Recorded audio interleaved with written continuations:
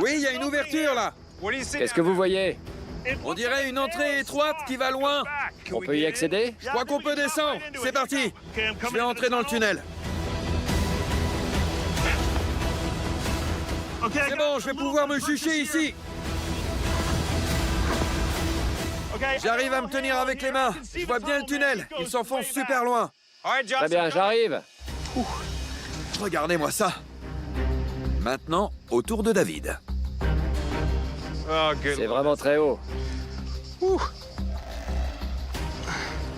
C'est bon, David, ça va aller. Je crois que je peux descendre. Oui, posez les pieds juste ici. D'accord.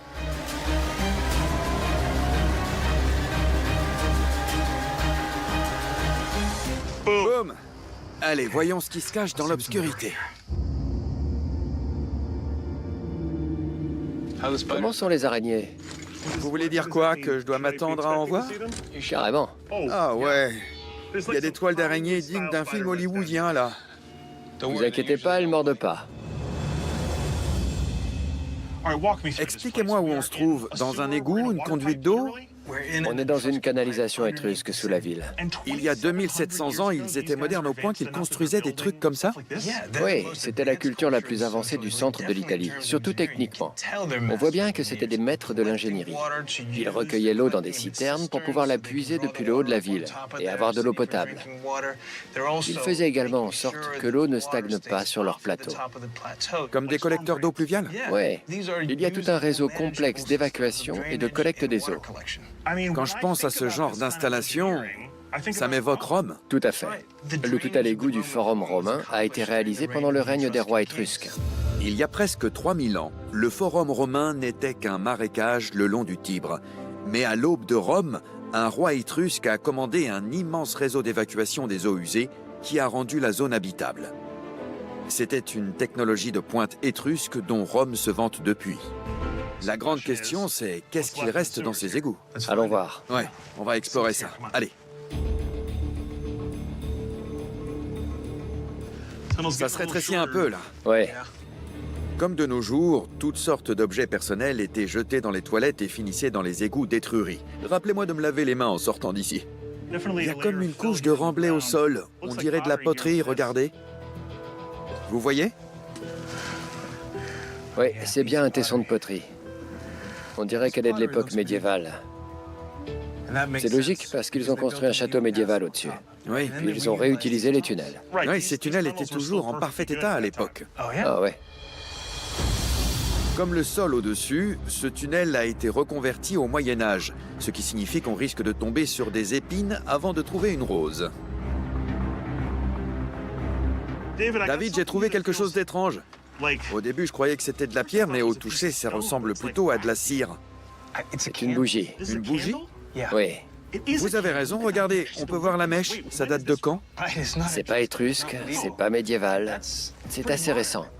Alors c'est sûrement les restes d'un pilleur qui a exercé par ici. C'est dingue, ça prouve la présence de pilleurs de tombes. Enfin, j'imagine pas Lara Croft venir ici, on est loin d'une tombe. Ce serait plutôt un pilleur d'étrons. Les pilleurs ont manifestement laissé cette bougie ici par accident. Je sais, c'était pathétique comme jeu de mots, mais bon, qu'ont-ils laissé d'autre? Bientôt, le tunnel se rétrécit et bifurque. David devrait sûrement regarder ce qu'il y a plus loin, d'une manière ou d'une autre. Vous allez devoir passer devant moi, mais je sais pas du tout comment. D'accord. Vous pouvez passer au-dessus de moi? Oui, mais il y a 3 araignées des cavernes juste au-dessus de vous. Ah oui, quelle race? Des araignées des cavernes. Ne parlez pas de ça et grimpez au-dessus de moi. Combien de créatures peuvent entrer dans ce tunnel? Oh là là. Allez, je me lance. J'y suis presque. C'est très intime comme situation. Ouais. Je vois ce que vous voulez dire. Ça se divise en 2. Alors, qu'est-ce qu'on fait? Je crois qu'on peut pas aller beaucoup plus loin. Mais si les pilleurs ont laissé quelque chose de la période étrusque, c'est ici qu'on le trouverait. On reprend les fouilles.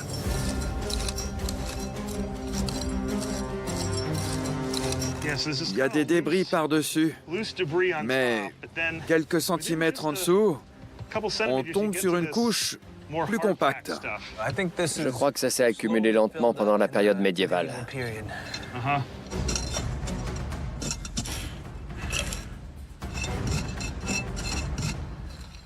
Ah, voilà, j'ai trouvé quelque chose. Qu'est-ce que c'est? Un tesson de poterie noire. Faites voir. Ouais, tenez. Vous voyez? Oui, c'est noir à l'extérieur. Ça pourrait être du Bouqueiro. Le Bouqueiro est le style de céramique caractéristique des Étrusques, noir et brillant, obtenu grâce à une méthode de cuisson particulière. C'est dingue de se dire que ça pourrait avoir 2500 ans. C'est peut-être une petite trace des Étrusques, mais qu'est-ce qu'ils sont difficiles à cerner. À qui le dites-vous? Ces tunnels sont assez propres. Il reste quelques déchets médiévaux, mais il semble que les pilleurs soient passés par ici. Alors je doute qu'on trouve quelque chose d'important, non? Pas de la période étrusque, mais vous n'avez encore rien vu. Ah bon? Il y a une partie de ce site qui va vous faire halluciner. Très bien. Mieux que les égouts, David? C'est difficile de faire mieux, mais une partie de ce site va vous laisser bouche bée. C'est vrai? Une partie étrusque, oui. Alors sortons d'ici, allez. David et moi retournons à la surface après avoir vu de nos yeux l'ingéniosité de la plomberie étrusque. Mais pour mieux comprendre qui étaient les Étrusques, ce qu'ils ont accompli d'autre et où ils sont passés, David m'emmène dans une partie de leur ville qu'il faut voir pour y croire. Voilà. Vous avez vu ce paysage? C'est dingue, on se croirait dans un canyon en fente. Exactement. Mais il s'agit d'une route. Une route? C'est une route étrusque creusée dans la colline pour créer une rampe à travers la nécropole en direction de la ville. Pour un étranger qui arrivait en ville, ça devait sembler très imposant. Tout à fait. Il y a des tombes partout. Plusieurs couches sur la gauche et sur la droite. Elles semblent nous observer alors qu'on se rapproche de la ville. Appelée percée étrusque, on trouve des vestiges de routes comme celle-ci dans tout le centre de l'Italie. Avant que tous les chemins ne mènent à Rome, les Étrusques avaient déjà déblayé le terrain. Les Étrusques étaient des constructeurs routiers. C'est ça. Ils ont construit tout un réseau de routes à travers le centre de l'Italie. Et quand les Romains ont pris le pouvoir, ils se sont appuyés sur cette infrastructure pour créer le réseau de célèbres voies romaines. Les Étrusques ont besoin d'une meilleure agence de pub. Oui, vous pouvez gérer ça? Je veux bien, ouais. Parce que voilà une autre chose qu'on considère comme une innovation romaine. Les Romains étaient les premiers grands copieurs. Ils étaient maîtres dans l'art de reprendre les innovations d'autres cultures et de les intégrer à leur empire. Pendant ce temps, en dessous de tout ça, il y a des autoroutes étrusques. C'est ça. Et on en descend une là. Voyons où mène ce chemin. D'accord, en avant. C'est parti.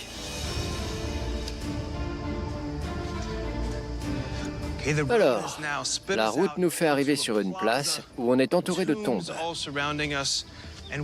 On vient de pénétrer au cœur de la nécropole. Regardez-moi ce lieu incroyable. Ces villes n'étaient pas construites que pour les vivants. Ceci est appelé une cité des morts, une communauté d'âmes qui entourait et veillait sur les Étrusques. C'est du délire. J'ai l'impression d'être à Angkor Wat au Cambodge. Ça y ressemble. On est entré dans un environnement différent ici, au fond du ravin. Cette zone est censée être imposante. C'est conçu pour impressionner. Oui. C'est censé nous donner la sensation qu'on pénètre dans un paysage qui a déjà été revendiqué par les Étrusques, les habitants de la ville. Oui, les Étrusques ne font qu'un avec ce territoire. Et cette ville en particulier ne fait qu'un avec ce paysage. C'est vrai. C'est peut-être par opposition à d'autres Étrusques. Je vous rappelle qu'il y avait toujours des conflits, des rivalités. Oui. Qui a la meilleure nécropole? Qui a les tombes les plus imposantes? Tout ça est conçu pour impressionner les visiteurs et peut-être même attirer les alliances. D'accord. En parlant de choses qui impressionnent, David m'emmène dans une clairière proche pour voir jusqu'où les Étrusques étaient prêts à aller.